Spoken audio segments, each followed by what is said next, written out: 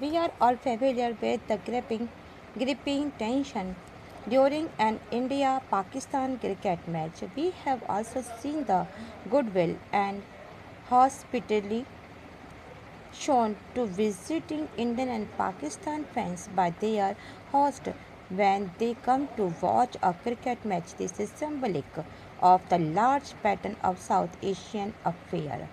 Ours is a ours is a region where rivalry and goodwill, hope and despair, mutual suspensions and trust contests.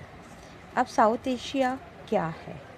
India and Pakistan के बीच का जो cricket match है वो कितना ही tension लिए हुआ होता है, ये सब हम बहुत ही अच्छे से जानते हैं।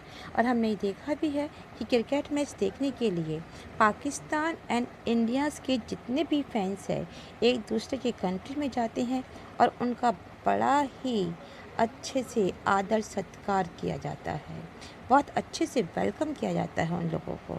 वो बहुत ही गर्मजोशी के साथ में मेज़बानी भी की जाती है, होस्टिंग भी की जाती है। ये एक पैटर्न है। यही हाल दक्षिण एशिया यानी कि साउथ एशिया मामलों का भी है।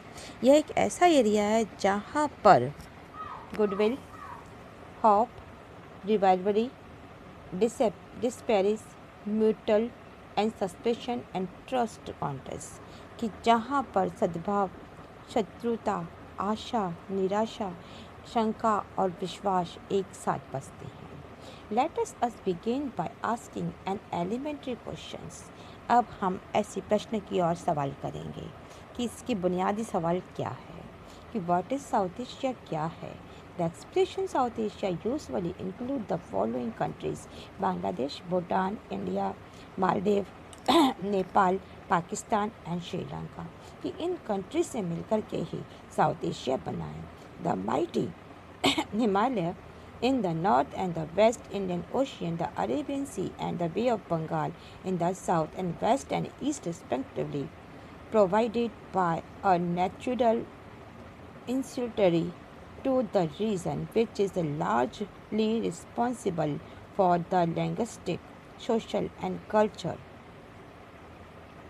distinctions of the subcontinent. Now क्या कहता है ये कि भूटान, भारत, मालदीव, नेपाल, पाकिस्तान, श्रीलंका, इन सब से लेकर के बना है हमारा साउथ एशिया। ये आपने देखा है इंडिया के अंदर जो हमारा नॉर्थन एरिया है वहाँ पर बहुत बड़ा एक विशाल हिमालय खड़ा हुआ है। ऐसे ही साउथ की ओर हिंद महासागर है। ऐसे ही आप देखते हो इसका वेस्टर्न एरिया जहाँ पर ओशन है, अरेबियन ओशन, ठीक है। तो एक तरफ आपको बे ऑफ बंगाल भी दिखाई पड़ता है। ये इतना कुछ जो नेचुरल क्षेत्र आता है जहाँ पर आप देखते हो कि फ़िज़िकल या इसकी जो बनावट है, रेस्पेक्टिवली बनावट जो बनी हुई है, ये इसके लिए रिस्पॉन्सिबल बनती है कि इसकी लैंग्विस्टिक, इसकी भाषा, इसका कल्चर, इसका सोशल, ये सब जो है इस सब कॉन्टिनेंट के अंदर आपको देखने के लिए मिल जाता है। इन सब के लिए वो जिम्मेदार भी है, रिस्पॉन्सिबल है, देखने को मिल जाता है। The boundaries of the region are not as a clear in the east and west. अब ईस्ट और वेस्ट की जो बाउंड्री है ये बिल्कुल भी क्लियर नहीं है। They are in the north and south Afghanistan, Myanmar are the often include discussion of the region as a whole. देखो क्या कर रहा है ये इसके अंदर कि जो इसकी बाउंड्री बनी हुई है ये बिल्कुल क्लियर नहीं है। लेकिन जैसे चाइना हो गया या फिर आपका साउथ एशिया हो गया, तो इसमें जैसे अभी कह रहे हैं कि इस एरिया के जहाँ अफ़गानिस्तान है, म्यांमार है, इसको भी शामिल किया गया है। ऐसे ही चाइना है, चाइना भी एक इम्पोर्टेंट कंट्री, लेकिन चाइना के जो साउथ के अंदर जो कंट्रीज़ हैं ये भी इसका एक अंग माना जाता है। तो इस चैप्टर के अंदर हम इसी के बारे में पढ़ेंगे कि China is an important player but not consider to be a part of the region. अब कह रहा है एक इम्पोर्टेंट तो है लेकिन ये इसका एक पार्ट नहीं है। In this chapter we shall use South Asia to mean that the 7 country.